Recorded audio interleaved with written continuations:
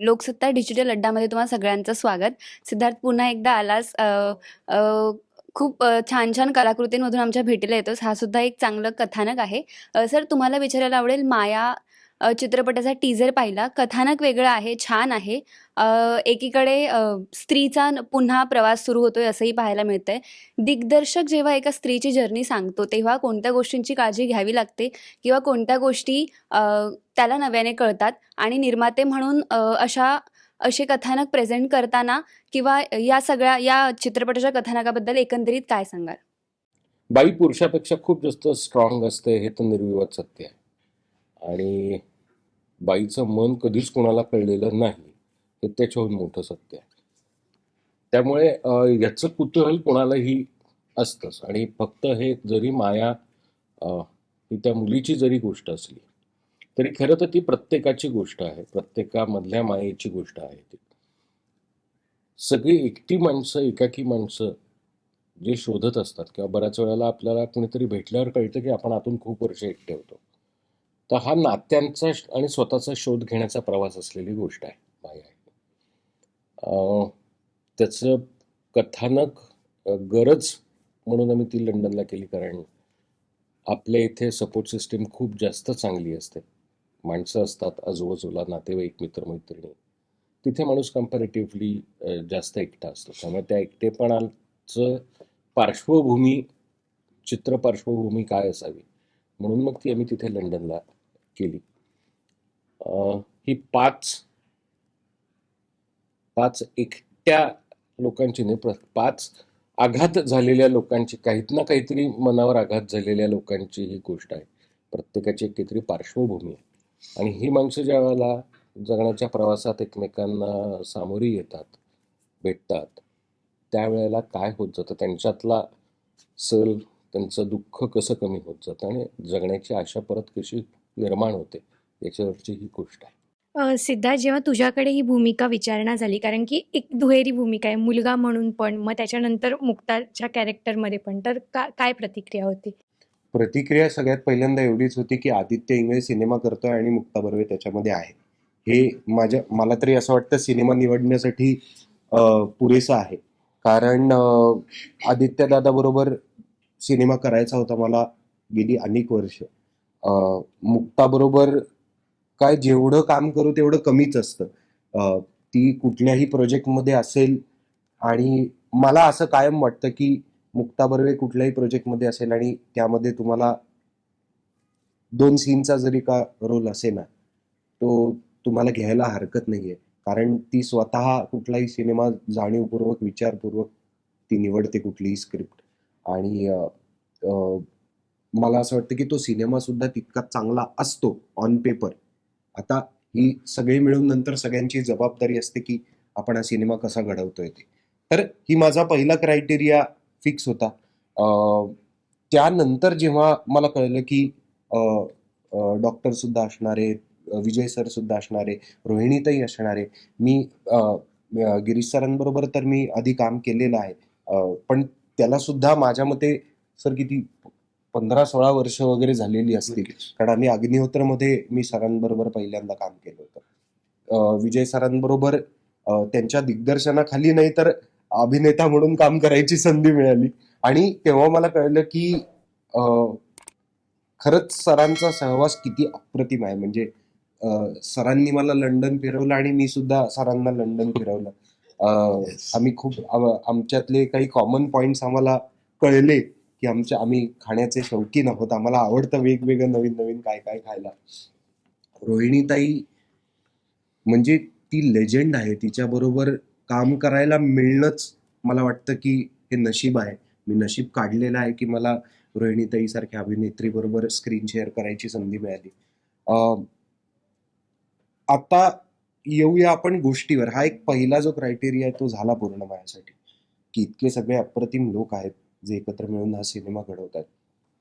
गोष्ट ही मला जरा रिलेट झाली यासाठी की आपण सगळ्यांनीच मिळून जेव्हा कोविड मधला एक काळ पाहिला होता की आपण एकाच घरात भले 4-5 लोक असतील किंवा 2-3 जण असतील तरी सुद्धा आपण सगळे असतानाचा एकटेपणा पाहिलेला आहे. आणि तो काही केल्यानं आपल्याला एक्सप्लेन करता येत नाहीये कोणाला. अजूनही आपल्याला कळलं नाहीये की त्या काळात जेव्हा आपण घरामध्ये डांबून होतो अक्षरशः, तेव्हा आपल्यातलाच आपला एकटेपणा आपण कसा घालवलाय आणि आपण कसे सर्व्हाइव्ह झालोय त्या एकटेपणाला. आजार-विजार बाहेर जे होत होतं ते सगळी वेगळीच गोष्ट होती. पण आत जे चाललं होतं, आपल्या आत जे चाललं होतं ते काहीतरी फारच विलक्षण होतं आणि ते एक्सप्लेन अजूनपर्यंत नाही करता आलंय. सो मला मला ती गोष्ट भयंकर रिलेट झाली, ती गोष्ट ऐकताना, की आहेत खरं तर लोक आता गिरीश सर माझ्या वडिलांचा रोल प्ले करतायत. ते आहेत माझ्याबरोबर, पण तरी माझं पात्र जे सिद्धार्थच नाव आहे त्याचं, तरीही माझं पात्र एकटं आहे. ते का आहे? कोणाला शोधतोय तो? काय शोधतोय एक्झॅक्टली? सोबत शोधतोय का सहवास शोधतोय? का काय पाहिजे एक्झॅक्टली? हे हे अजून त्याला माहिती नाही झालेलं. आणि माझ्या मते वडिलांचं कॅरेक्टर सुद्धा तसंच आहे, मुक्ताचं कॅरेक्टर सुद्धा तसंच आहे, विजय सरांचं, रोहिणीताईचं, आमच्या सगळ्यांची पात्र अशीच आहेत की आम्हाला काहीतरी हवंय, पण काय हवंय हेच आम्हाला सांगता येत नाही. सो ती जर्नी फारच मला आवडली या सिनेमाची. आणि अं, आता हे जे आम्ही सांगतोय ते तेवढं अवघड नाहीये खरं तर सिनेमा पाहताना. हे आम्हाला जाणून घेतानाचा हा आमचा अभ्यास आहे. पण सिनेमा पाहताना अत्यंत साधा, सरळ, सोपा सिनेमा आहे. पण त्या सोपेपणातनं काहीतरी काहीतरी डीप तुम्हाला मिळून जातं.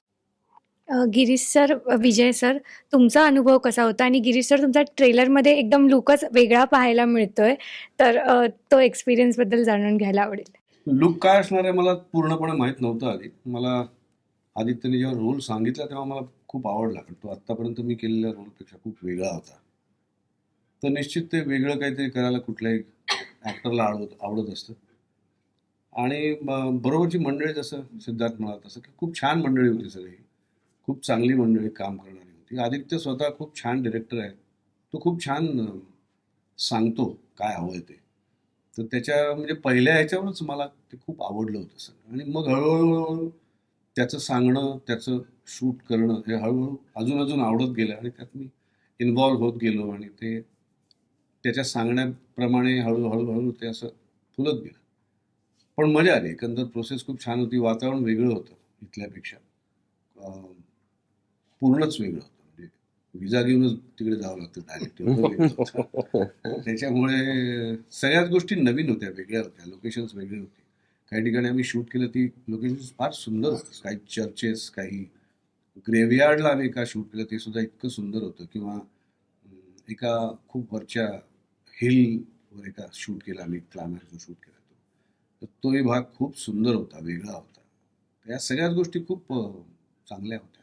कॅरेक्टरमध्ये पण खूप वेगळ्या गोष्टी होत्या आणि खूप वेगळ्या प्रकारचं काहीतरी करायला मिळालं. बरोबर सगळी छान मंडळी होती. म्हणजे ज्याच्याबरोबर माझा सीन असायचा तो प्रत्येकच जण तब्येतीत काम करत होता. त्यामुळे मलाही खूप बरं वाटत होतं. मुलगा उत्तम, मुक्ता उत्तम, मित्र उत्तम, रोहिणीताई उत्तम आणि डिरेक्टर उत्तम. तर अशा ठिकाणी काम करायला कोण आवडत नाही. त्यामुळे छान झालं सगळं. आणि मुख्य वेगळं काहीतरी करायला. सर अरे माझं म्हणजे माझा मुळात अनुभव निराळा होता. म्हणजे माझं होतं काय, मी घरी बसलेला असतो समजा, म्हणजे अशी वेळ फार वेळ येत नाही, पण नाटकाची तालीम नाही त्यावेळेस मग मला महेश मांजरेकरचा फोन येतो, काय करतोयस? काही नाही, मग जरा गाडी पाठवतो, सांगलीला एक रोल करायचा आहे. आणि जाताना मला माहितीच नसतं मी कशात पाय टाकतोय. मग म्हणजे आत्तापर्यंत म्हणजे बरेचशा भूमिका, विजय तू रिकामा आहेस का, जरा अडचण आहे, ये आणि काम कर, अशा होत्या. या सिनेमाच्या बाबतीत काय झालं की मुळात गोष्ट सांगितली गेली, कल्पना होती. म्हणजे अगदी सगळे सिनेमे नाही, पण 90% तसेच झाले. आणि मग अख्खा सिनेमा वाचला एकदा. आणि माझ्या असं लक्षात आलं की ही या सिनेमाची एका अर्थाने ब्रिज, सगळ्यांमध्ये पूल बांधणारा मित्र असल्यासारखी ती महत्वाची भूमिका आहे. आणि मी एकंदर त्याला का हवा हे माझ्या लक्षात आलं. आणि त्याच्याही पात्राचं नाव आनंद आहे, तर त्यामुळे तो काय पद्धतीने तिथे जाणार हे माहिती होतं. पूर्ण सिनेमा कसा होणार माहिती. आणि आदित्य बरोबर हा पहिला सिनेमा नाही, तर त्यामुळे आदित्यची काम करायची पद्धत मला माहिती होती. गिरीश बरोबर तर मी 85 सालपासून काम करतो. मुक्ता बरोबर सुद्धा मी खूप वर्ष, म्हणजे मुक्ता ललित कला केंद्राला असल्यापासून काम केलं. त्यानंतर मुंबई पुणे मुंबईमध्ये ते वडिलांचंच काम केलं. सिद्धार्थ बरोबर मी एक काम केलं, तर कदाचित तो सिनेमा तो विसरला असेल, तर मी मेन व्हिलन होतो. आठवला का? म्हणजे पण चालेल. हा, तर तो त्यात मी मेन विलन होतो. त्यात पत्रकार वगैरे अशी काहीतरी भूमिका. त्यामुळे एकतर ही सगळी मंडळी माझ्या ओळखीची होती आणि मला असं वाटलं की हा सिनेमा आजचा आहे, ही पात्र आजची आहेत आणि ते ज्या मानसिक अवस्थेतून जात आहेत ती आजची आहे आणि ती कुणाच्याही बाबतीत कधीही घडू शकते. त्यामुळे लोक प्रेक्षक म्हणून रिलेट करणार. आणि चित्रपट परदेशात तयार झाल्यामुळे तिथे जसं आदित्य म्हणाला तसं सपोर्ट सिस्टम नाही. हा फील तुम्हाला भयंकर येतो आणि त्यामध्ये इकडचे सुद्धा सीन आहेत काही, त्यामुळे तो बरोबर तुम्हाला तो कॉन्ट्रास्ट जाणवतो आणि खरेपणा हा या चित्रपटाचा स्थायी भाव आहे असं मला वाटतं. आणि म्हणून हे सगळ्या प्रोसेसमध्ये काम करायला खरंच मजा आली आणि कुणीतरी ऍक्टर म्हणून बोलवलं म्हणून जरा गंमत वाटली. सर तुम्हाला प्रश्न आहे, परदेशात शूटिंग करत असताना तितका सपोर्ट मिळत नाही आणि असं असताना सुद्धा आपण या निर्णयावर ठाम राहणं की तिथेच तेच लोकेशन हवं तिथेच शूटिंग करायचं, तर अशा वेळी आलेल्या चॅलेंजेसला कसं सामोरे जातं आणि मुळात काय काय चॅलेंजेस येतात? चॅलेंजेस खूपच म्हणजे विचित्र आणि हाताबाहेरचेही असतात. वेदर प्रचंड प्रमाणात बदलत असतं. दुसरी गोष्ट, खूप उशिरा सूर्यास्त होतो. 9-9:30 नंतर सूर्यास्त. त्याच्यानंतर रात्रीचा सीन करायचा, कारण घरं सगळी काचेची. असं नाही की पडदे लावलेत आणि अंधार गेला, असं करता येत नाही सिनेमात. तर ते खूप जास्त चॅलेंजिंग होतं आणि अशा वेळेला अशी टीम असणं, असे सेट ऑफ ॲक्टर्स असणं हे किती महत्त्वाचं असतं हे त्यावेळेला कळतं.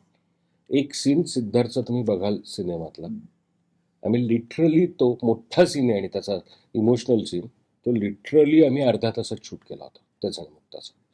कारण ज्या वेगात त्यांनी काम केलं, कारण तिथे खूप लिमिटेशन्स आणि बंधनं असतात की ते लोकेशन वेळेत सोडायचं असतं, तुम्ही त्याच्यानंतर थांबू शकत नाही, ती राहती घरं असतात त्यांची, त्यामुळे तेही तुम्हाला भान ठेवावं लागतं की आपल्याला ते वेळेत सोडलं पाहिजे.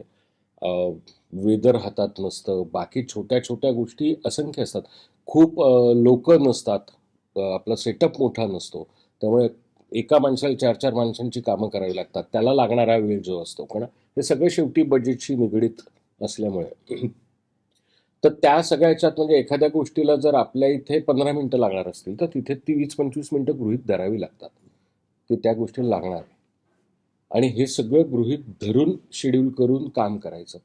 आणि याचा ताण ॲक्टर्सवरती सुद्धा खूप येतो, पण तो स्क्रीनवर न दिसू देता तेवढ्या वेळात तो तसाच परफॉर्म करायचा आहे की म्हणजे कट म्हणलं आणि ओके झाला शॉट, चला चला चला चला आवरायला लागा, असं पुढे सुरू होतं. पण त्याच्या आधी तो सीन करताना तो वेग डोक्यात ठेवून चालत नाही. सीन करताना ॲक्टरसाठी अत्यंत डिफिकल्ट हे असतं की त्याला ह्या गोष्टींचं भान असूनही त्याला परफॉर्म करताना ते तसं करता येत नाही. त्याला जसं आवश्यक आहे तसंच करावं लागतं. आणि त्याच्यात असे काही सीन्स असतात की जे खूप जास्त डिमांडिंग असतात ॲक्टरसाठी, की तुला इमोशनली खूप त्याच्यात काय म्हणू परफॉर्म करण्यासाठी स्पेस घ्यावी लागते. तुम्हाला त्याच्यात सगळं म्हणजे मोठे शॉट्स काही काही वेळेला ज्यावेळेला डिझाईन होतात त्यावेळेला ती सगळी मुवमेंट, बऱ्याच टेक्निकल गोष्टींचं भान, कारण छोटं छोटं हे असतंच की इकडे काय रिफ्लेक्शन येत आहे, काचा आहेत वगैरे वगैरे वगैरे वगैरे, हा सगळा भाग असतोच त्याच्यात. पण ते सगळं करून त्यांनी जो सीन केला यांनी दोघांनी, तर हे चॅलेंजेस खूप येतात आणि ते काय काय वेळेला खूप काय म्हणून टेन्शन्सही क्रिएट करतात. त्यामुळे पण मग यासाठी कधी कुठल्या कलाकाराला तयार करावं लागलंय का, किंवा मी तेच म्हणलं ना की असे कलाकार असले तर ते जास्त सोपं जातं दिग्दर्शकासाठी. हे माझ्यासाठी सुखकरच होतं असे ॲक्टर्स असले, कारण ते करतात डिलिव्हर तसं, म्हणजे ते आहेत तो एक बारीक ॲक्टर्स. आणि आपण सगळेच मुळातच इथे सुद्धा जेव्हा काम करतो, काय महाराष्ट्रात किंवा भारतात कुठे आपण सगळे म्युच्युअल अंडरस्टँडिंगवर काम करत असतो मुळातच. त्याच्यामध्ये एक प्रकारचं प्रोफेशनलिझम असतं, पण म्युच्युअल अंडरस्टँडिंग जास्त असतं असं माझं मत आहे, की अच्छा याला आत्ता हे हवं आहे का? खरं तर टेक्निकली मी हे करणं अपेक्षित नाही आहे. टेक्निकली मी हे नाही करायला पाहिजे, कारण 10 वाजलेले आहेत आणि माझी वेळ संपलेली. पण माझ्या दिग्दर्शकाला शॉट नाही मिळणार आहे तो, आणि त्याला तो कधीच नाही मिळणार. हे अंडरस्टँडिंग अभिनेत्यांमध्ये किंवा ओव्हरऑल क्रूमध्ये आणि दिग्दर्शकामध्ये आणि प्रोड्युसरमध्ये असेल तर कधी कधी खूप चांगलं काहीतरी घडतं किंवा कधी कधी नाही तेवढं चांगलं काहीतरी घडतं. ते जे तिकडे अजिबात नसतं. मी तिथे लंडनमध्ये आता जो त्यांचा क्रू असेल, काही आपल्याला थोड्याफार प्रमाणात तिथला क्रू घ्यावा लागतो शूट करण्यासाठी, त्यांना काहीच नाही पडली आहे की तुम्हाला याचा लाईट मिळाला आहे आणि मग हा डायलॉग चुकलाय का नाही चुकलाय वगैरे, याच्याशी त्यांना काही नाही देणं घेणं. ते 8ची जर का शिफ्ट असेल तर ते 10-11 तास काम करतात आणि 8 वाजता ते निघून जातात लाईट बंद करत. ते त्यांना काही नाही पडत. तर हे सांगण्याचा मुद्दा हाच की हे सगळं म्युच्युअल अंडरस्टँडिंगवर अवलंबून असतं. आपलं अंडरस्टँडिंग काय आहे दिग्दर्शकाबरोबर आणि प्रोड्युसरबरोबर ते समजून घेणं गरजेचं असतं नसतं हे आपल्याला ठरवायचं असतं एका टीमनी मिळून, की हे गरजेचं आहे का. आणि जे या सिनेमाला आम्ही ठरवलं की नाही, आमच्या दिग्दर्शकाला जे लागेल ते करणं गरजेचं आहे या सिनेमासाठी, या स्टोरीसाठी. मुक्ता, महत्त्वपूर्ण भूमिकेत आहेस. पुन्हा एकदा एक वेगळ्या भूमिकेतून आमच्या भेटीला येतेस. माया सिंगल मदर आहे असं टीझरमधून दिसतंय. तर या भूमिकेबद्दल काय सांगशील? आणि सिंगल मदर असताना पुन्हा एकदा पुढे जाऊन आयुष्याची नवीन सुरुवात करणं, या एकंदरीत कथेबद्दल, कथा ऐकवली तेव्हा काय प्रतिक्रिया होती? छान होती कथा. आता त्या मध्ये तुम्हाला काय काय वाटतंय ते मी आता काही खोडत नाही, त्या सिनेमा बघितल्यावर तुम्हाला कळेलच. पण ती एकटी नक्की आहे. अम, सगळीच माणसं त्या अर्थाने म्हणजे आधी बरेच बोलले असतील हे सगळेजण, पण गोष्ट खूप छान आहे, आजची आहे. आज आपण ज्या गोष्टी जगताना फेस करतो माणसं म्हणून, कुठल्याही वयातले, कारण त्यात वयोगटही वेगळे आहेत. सिद्धार्थ आहे, मी आहे, गिरीश काका आहेत, सर आहेत, विजय सर, रोहित आहेत. वेगवेगळ्या वयोगटातली माणसं आहेत. तर वेगवेगळ्या वयोगटात आपण आयुष्य जगताना आता काय आपल्या समोर येतंय आणि आपण कसे डील करतो याची ही गोष्ट आहे. आणि ती एकमेकांच्या मदतीने आयुष्यात अनप्रेडिक्टेबली अचानक एखादा माणूस येतो, अशा पद्धतीने सगळे एकमेकांच्या आयुष्यात येतात. कोणी ठरवून येत नाही, नातेवाईक म्हणून येत नाही, अचानक येतात आणि काय होतं त्याची ती गोष्ट आहे. त्यातला माझा रोल खूपच चांगला होता. माया नावाचं पात्र आहे, ते फिजिओथेरपिस्ट आहे ती. आणि छान होती प्रोसेस. तुझा आम्ही आत्तापर्यंतचा प्रवास पाहिला, वेगवेगळे चित्रपट, त्यातल्या वेगवेगळ्या भूमिका. या चित्रपटाची टॅगलाईन आहे आय गेस, स्वतःपासून स्वतःकडे जाण्याचा प्रवास असं काहीतरी. तर तू जेव्हा स्वतःच्या प्रवासाकडे बघतेस तेव्हा काय विचार असतात किंवा काय वाटतं इन जनरल? आता बघायला पाहिजे, मी तू विचारेपर्यंत बघितला नव्हता प्रवास. आता आठवू लागलंय अरे हळूहळू. बापरे, असं झालं. पण असं नाही, अजून असा काही महत्वाचा टप्पा मी पार केलाय असं वाटत नाही की प्रवासाकडे बघितलं पाहिजे, असं अजून काही झालं नाही. प्रवास सुरूच आहे. म्हणजे खरं तर नटाला तर कायमच मला वाटतं, असं वाटतं की आता कुठे सुरुवात झाली चांगल्या कामांची, असं प्रत्येकालाच वाटत असतं. म्हणजे मला आय शुअर की गिरीश काकाने विचारलं तरी ते असंच म्हणतो की नाही, अजून मला खूप प्रवास सुरू झाला आहे. झालंय, वर्ष झाली, बरीच झाली आता वर्ष खरं तर. पण चाललाय टप्प्याटप्प्याने आणि काही काही नवीन एक्सप्लोर करण्याच्या प्रयत्नात आहे. स्टॅग्नन्सी येते, कधी तेच काम करतोय असंही वाटतं, कधी कधी करतही असतो. ते सगळंच जे सगळ्यांचं होतं तेच माझंही होतंय. त्यामुळे असं मी अजून त्या प्रवासाचं अवलोकन काही केलं नाही कसं वाटतंय. पण सो फार सो गुड, इंटरेस्टिंग वाटतंय काम करताना अजून. गिरीश सर, तुम्हाला प्रश्न आहे. आता मुक्ता म्हणाली की कधी कधी काम करताना असं जाणवतं की तोचपणा आहे. तुम्ही आजपर्यंत खूप छान छान चित्रपट, मालिका, नाटकं केलीत, भूमिकाही केल्यात, पण तरी सुद्धा या प्रवासात कधी तुम्हाला असं झालं की तोचपणा आलाय, आणि आला असेल तर तेव्हा तुम्ही काय? नाटकात नाही आला सुदैवाने. खूप वेगवेगळ्या भूमिका मला मिळाल्या किंवा दिल्या असं म्हणूया आपण, त्यामुळे तोचतोपणा नाही आला. सिरियल्समध्ये तोचतोपणा येतो, म्हणजे अगदी वेगवेगळ्या भूमिका केल्या तरी येतो. पण ते मीडियम थोडंसं पातळ आहे, ते खूप पसरट होत जातं.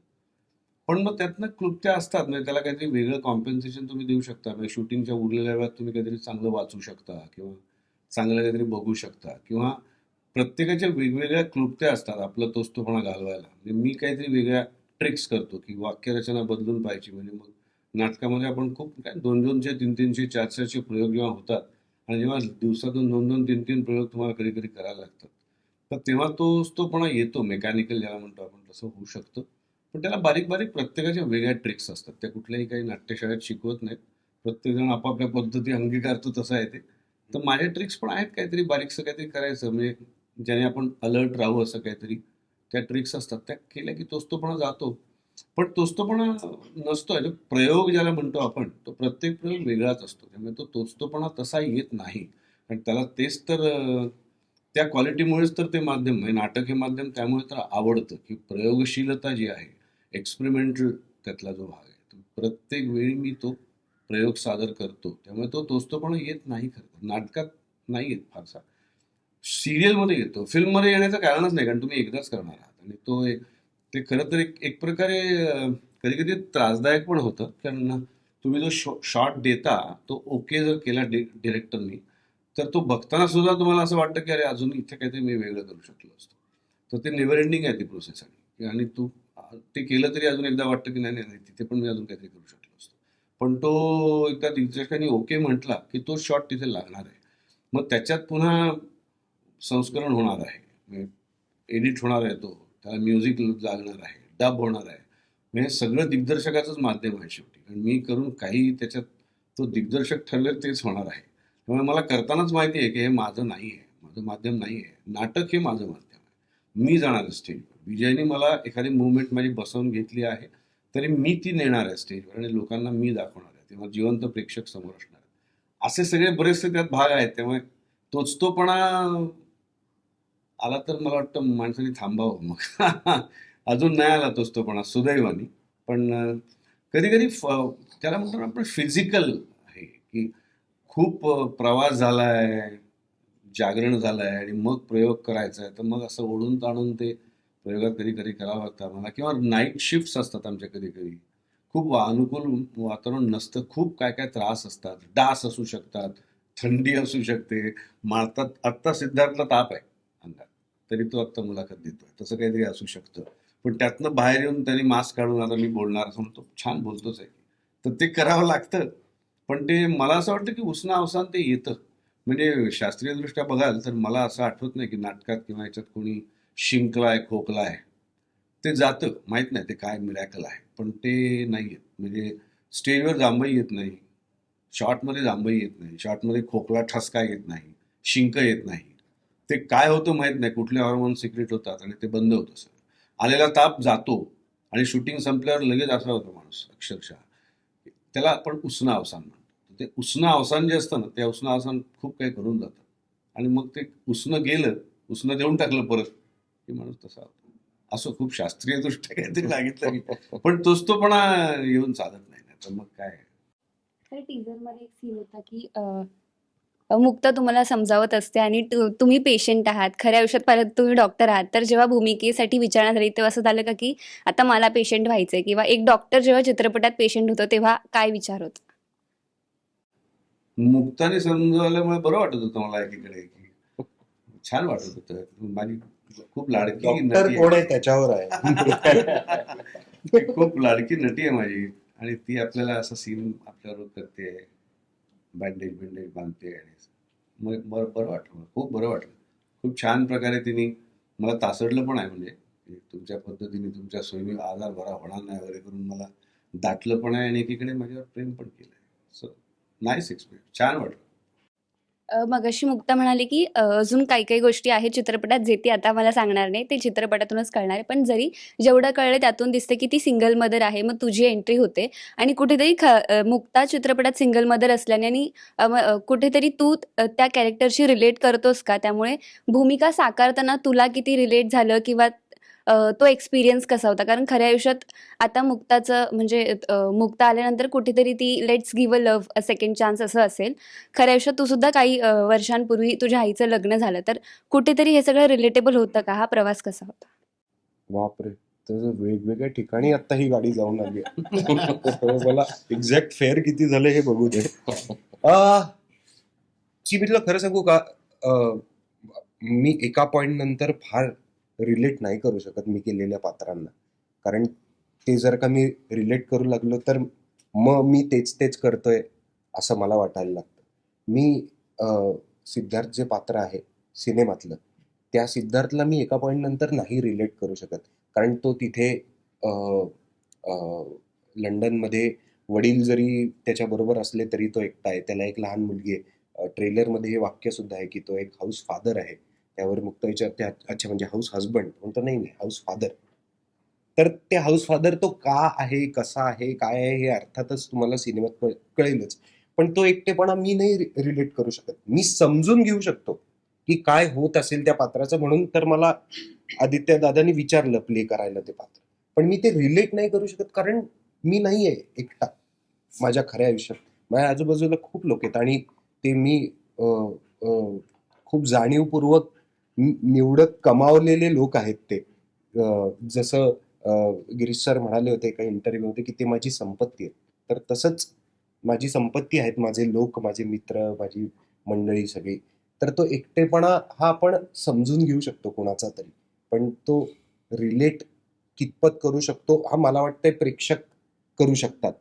की त्यांच्यातलं काही जर का असेल तर ते कदाचित त्या पात्रातनं रिलेट करतील. आता सिनेमामध्ये मी मुक्ताच्या आयुष्यात तिच्या पात्राच्या आयुष्यात कसा येतो, कधी येतो हे ना फार ते आत्ता सांगितलं तर सगळंच तुम्हाला कळत जाईल, अच्छा या ट्रॅकवर जाणार आहे सिनेमा.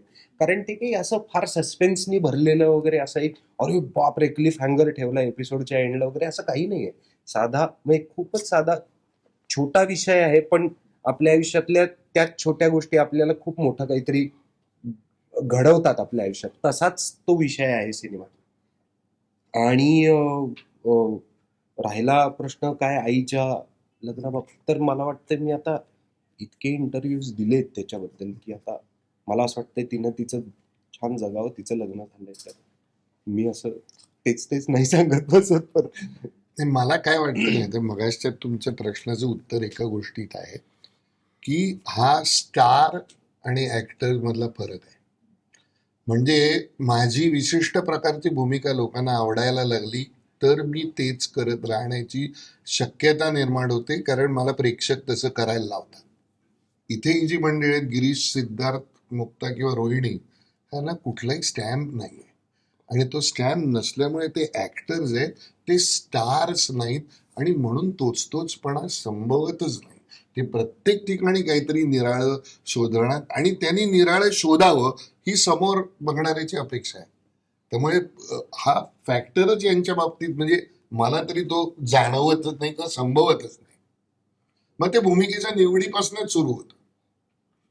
त्यामुळे कदाचित सारख्या 5 भूमिका विचारल्या तर गिरीश नाही म्हणेल, मुक्ता नाही म्हणेल, सिद्ध्या नाही म्हणेल, कळलं, किंवा रोहिणी नाही म्हणेल. हा एक मला वाटणारा फरक आहे.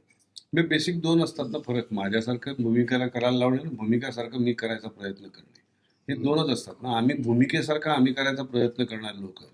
म्हणजे फार तर आवाज नाही बदलता येत, माझी उंचीच नाही बदलता येणार, पण काहीतरी दाढीबिडी लावता येईल. पण बाकीच्या गोष्टींमधून जो बदल घडवू आम्ही, त्याने ती भूमिकेच्या जवळपास जाण्याचा प्रयत्न. शेवटी गिरीशोक बोलतोय तुम्हाला कानाला कळणारच आहे, हा गिरीशोक आहे तुम्हाला कळणारच आहे, पण तरी सुद्धा त्यातल्या त्यात प्रयत्न आम्ही काय करू की भूमिकेसारखं आम्ही करण्याचा प्रयत्न करू. आणि काही ऍक्टर्स कसे असतात जे सगळ्या भूमिकांना स्वतःसारखं करायला लागतात. मी आता उदाहरणं देत नाही, पण असे आहेत, पण तेही सक्सेसफुल आहेत.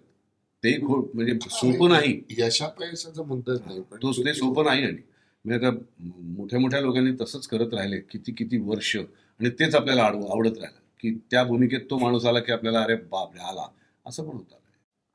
सर, आजकाल सोशल मीडियाचा प्रभाव वाढला आहे, तर सोशल मीडियावर व्हर्च्युअली आपण एकमेकांना भेटतो, पण असा आपल्यामध्ये मग तो एकटेपणा प्रत्यक्षात भेटताना जाणवतो का? म्हणजे याविषयी तुम्हाला काय वाटतं की सोशल मीडियामुळे माणसाचं जग व्हर्च्युअली खूप जास्त वाढलंय, पण प्रत्यक्षात मात्र तो डिस्टन्स कायम आहे? मला असं वाटत नाही, कारण मी सोशल मीडियावरच नाहीये. ते नाहीच आहे. म्हणजे माझा प्रश्नच येत नाही. मला कुठलीही गोष्ट करावीशी वाटली तर मी फारसा व्हॉट्सअप मेसेज पण वापरत नाही. मी उठून फोन करतो आणि त्यातून मला तिचा मुक्ताचा आवाज ऐकतो, गिरीशचा आवाज. त्यामुळे माझ्या बाबतीमध्ये ते संभवतच नाही. आणि दुसरं, मला गोष्टी पोटात ठेवता येत नाहीत, त्यामुळे उचलून फोन करून ते एकदाच सांगून टाकलं. त्यामुळे या प्रकारचा एकटेपणा मला तरी सोशल मीडियामुळे जाणवत नाही. मला आपल्याला म्हणजे ते इट ऑल डिपेंड्स आपल्या आवडींवर ते आहे. आपण किती त्याच्या आहारी जातो नाही जात. आपल्याला ते जग जे आहे मोबाईल मधलं ते किती जास्त आवडतंय आणि खरं जग किती जास्त नाही आवडत आहे, हे मला असं वाटतं ते प्रत्येका माणसावर आहे. आपण जेव्हा आजकाल म्हणतो तेव्हा म्हणजे असं म्हटलं की आजची पिढी काय मोबाईलवर आहे, असं काही नाही आहे. मला माहिती आहे, माझी आई जास्त फेसबुकवर असते माझ्यापेक्षा. माझ्या मावश्या जास्त चॅटिंग करतात, युट्यूब बघतात वगैरे सगळं. सो ते आहारी जाण्याचंच आहे. आपण किती जावं किती नाही जावं हा हा आपला, मला वाटतं आपला स्टँड असायला पाहिजे. आणि दुसरं सोशल मीडियाचे फक्त तोटे नसावेत ना, फायदेही असणार खूप. तर मला पटकन एखादा मुक्ताने सीन जर का पाठवला तर ती काय केलं ते मला कळतं, किंवा इतर नाही कोणाचं आहेत, आम्ही पैसे कमवतो सर त्याच्यावर. त्याचे तोटेही असायचे काय. पण मला नाही बाबा, हा एकटेपणा नाही. सिद्धार्थ, आता क्रांतीज्योतीला बॉक्स ऑफिसवर खूप जास्त यश मिळालं. त्याच्यानंतर OTTमध्ये आम्हाला तू पाहायला मिळालास माधुरी मॅमसोबत. तर आता तुझ्यासाठी आता याच्यानंतर ड्रीम रोल कोणता असणार आहे? किंवा आता जेव्हा स्क्रिप्ट कोणत्याही चित्रपटाचं किंवा कोणत्याही कलाकृतीचं तुझ्याकडे येतं, तेव्हा दडपण जाणवतं का? नाही ग, मला नाही जाणवत ऑनेस्टली अगदी दडपण. कारण आता क्रांतीज्योती हा हिट झालेला आहे. हा जेव्हा थिएटरमधनं जाईल तेव्हा तो माझ्या डोक्यातनं पण निघून जाईल. जसं आधीच्या इतर सगळ्या सिनेमांबाबतीत झालेलं आहे. माझ्यावर त्या कुठल्याही सिनेमाच्या यशाचं किंवा अपयशाचं कधीच बॅगेज नसतं की मी या सिनेमात हा माझा सिनेमा गाजलेला आहे. हा, ते रेम्युनरेशन ठरवताना मी त्याचा वापर करतो, पण त्या पलीकडे मी कधीच त्याच्या आलेल्या सक्सेसचा वापर मी कधीच केलेला नाही. कारण ते माझ्यात राहतच नाही. मला एका पॉइंट म्हणजे आत्ता सुद्धा जेव्हा आम्ही क्रांतीज्योतीच्या प्रमोशन्सना फिरत होतो तेव्हा बरेच लोक असं, बायका खास करून विचारत होत्या की ते तुमचा जिम्मा कधी येणार आणि मग पार्ट 2 ला किती. तर मी त्यांना बोलायचं, अहो तो झाला सिनेमा, आता ते झालं, ते जुनं झालं. आत्ता जो आलाय त्याच्याबद्दल आपण बोलूया प्लीज. तर ते त्यांची एक्साइटमेंट वेगळी आहे, माझी एक्साइटमेंट वेगळी आहे. मी म्हणजे मला असं, मी लवकर कंटाळा येणारा माणूस आहे. मला मला एखाद्या गोष्टीचा लवकर कंटाळा येतो. म्हणजे सिनेमा जर का 40 दिवसाचं शूट चालू असेल तर पहिल्या दिवशी मी एक्साइटेड असतो. 40व्या दिवशी मला असं होतं आपण तेच करतोय का, आता खूप वर्ष आली का आपण हाच सिनेमा करतो, काहीतरी नवीन करूया का, असं मला होतं. सो मला ते कधीच त्याचं दडपण येत नाही की बाबा आपला सिनेमा गाजला, किंवा मला कधीच या गोष्टीचं पुढे वाईट वाटत नाही, यार हा सिनेमा आपला नाही चालला किंवा ही एखादं पात्र नाही चाललं. तर मला दडपण तेव्हाच येतं बाबा की हे माझ्या बाबतीत अनेकदा घडत गेलेलं आहे की माझं चांगलं काम कधी बाहेर आलं की पुढे वर्षभर मला कोणी काही विचारत नाही. हे माझ्या बाबतीत अनेकदा घडलेलं आहे.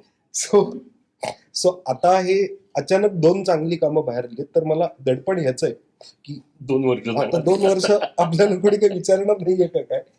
पण नाही म्हणजे त्याचं दडपण अजिबातच नाही आम्हाला, काहीच नाही.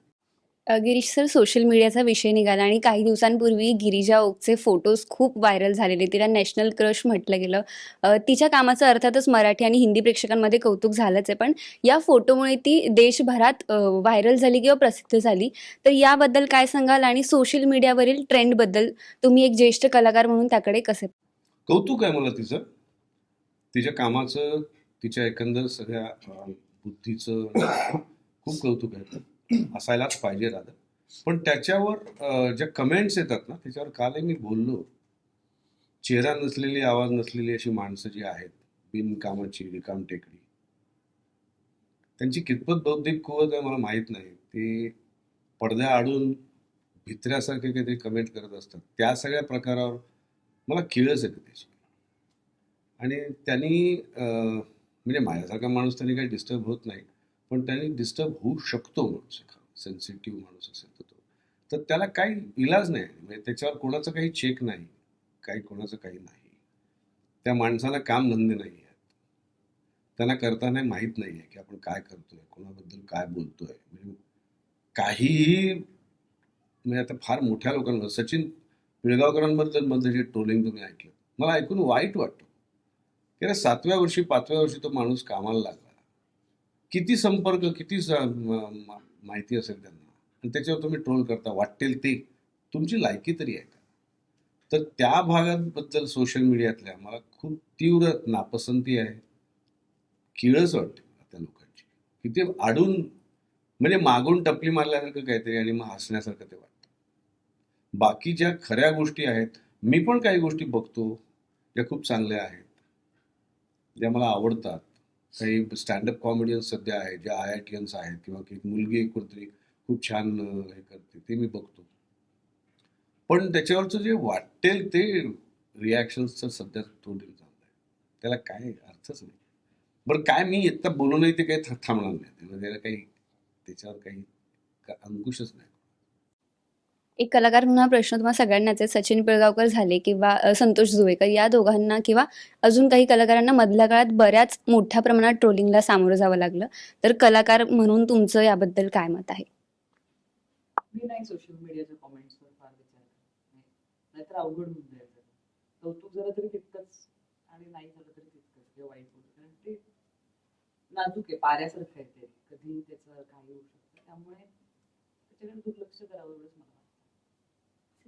मी मम म्हणतो खरंच म्हणजे त्या त्यातून अनुल्लेखाने मारणं हा एकच त्याच्यावर उपाय आहे, दुसरं काहीच नाही त्याच्यावर. म्हणजे गंमत काय ना, एखादी गोष्ट मोठी तेव्हाच होते जेव्हा त्याच्याबद्दल चर्चा होते, आणि त्याच्याबद्दल चर्चा ही फक्त कलाकारांचीच नव्हे किंवा सामान्य लोकांचीच नव्हे, तर आपली सुद्धा जबाबदारी ॲज मीडिया, की आपण त्याला किती मोठं बनवायला पाहिजे. एखाद्या व्यक्तीला जर का ट्रोल होत असेल तर बाबा त्याला ट्रोल होतंय, तुमचं काय मत आहे, आपण नकोच ना बोलायला त्याच्यात. त्यांनी काय मिळणार काहीच नाहीये ना, त्याला होणारं ट्रोलिंग थांबणार आहे किंवा लोक बदलणार आहे असं काहीच नाही. आपण चर्चाच थांबवली की ती गोष्ट पण थांबते, असं मला भयंकर वाटतं. सो म्हणून मी काही फार त्याच्यावर कमेंट करायला जात नाही. माझंही सिमिलर म्हणणं आहे. फक्त काय होतं, आता यांनी गिरीशने सचिन पिळगावकरांचा उल्लेख केला, तर तो माझा बालमित्र आहे. त्यामुळे मी त्याला इतकी वर्ष बघितलंय, तर त्यामुळे मला असं वाटतं की हिरिरीने ट्रोलिंग करतात तसं हिरिरीने त्याबद्दल चांगलंही लिहायचं. एक्झॅक्टली. तो म्हणजे मी एक छोटा हे सांगतो. मी फिल्मफेअरच्या फंक्शनला गेलो होतो, तर फिल्मफेअरच्या फंक्शनला मी उभं होतो, माझ्याबरोबर सचिन पिळगावकर उभे होते आणि निदा फाजली, आणि तिकडनं जावेद अख्तर जात होते, आणि जावेद अख्तर ओरडून म्हणाले, निदा संभाल के बात करो सचिन से, उर्दू हमसे अच्छी समजता है. हे जावेद अख्तर म्हणाले.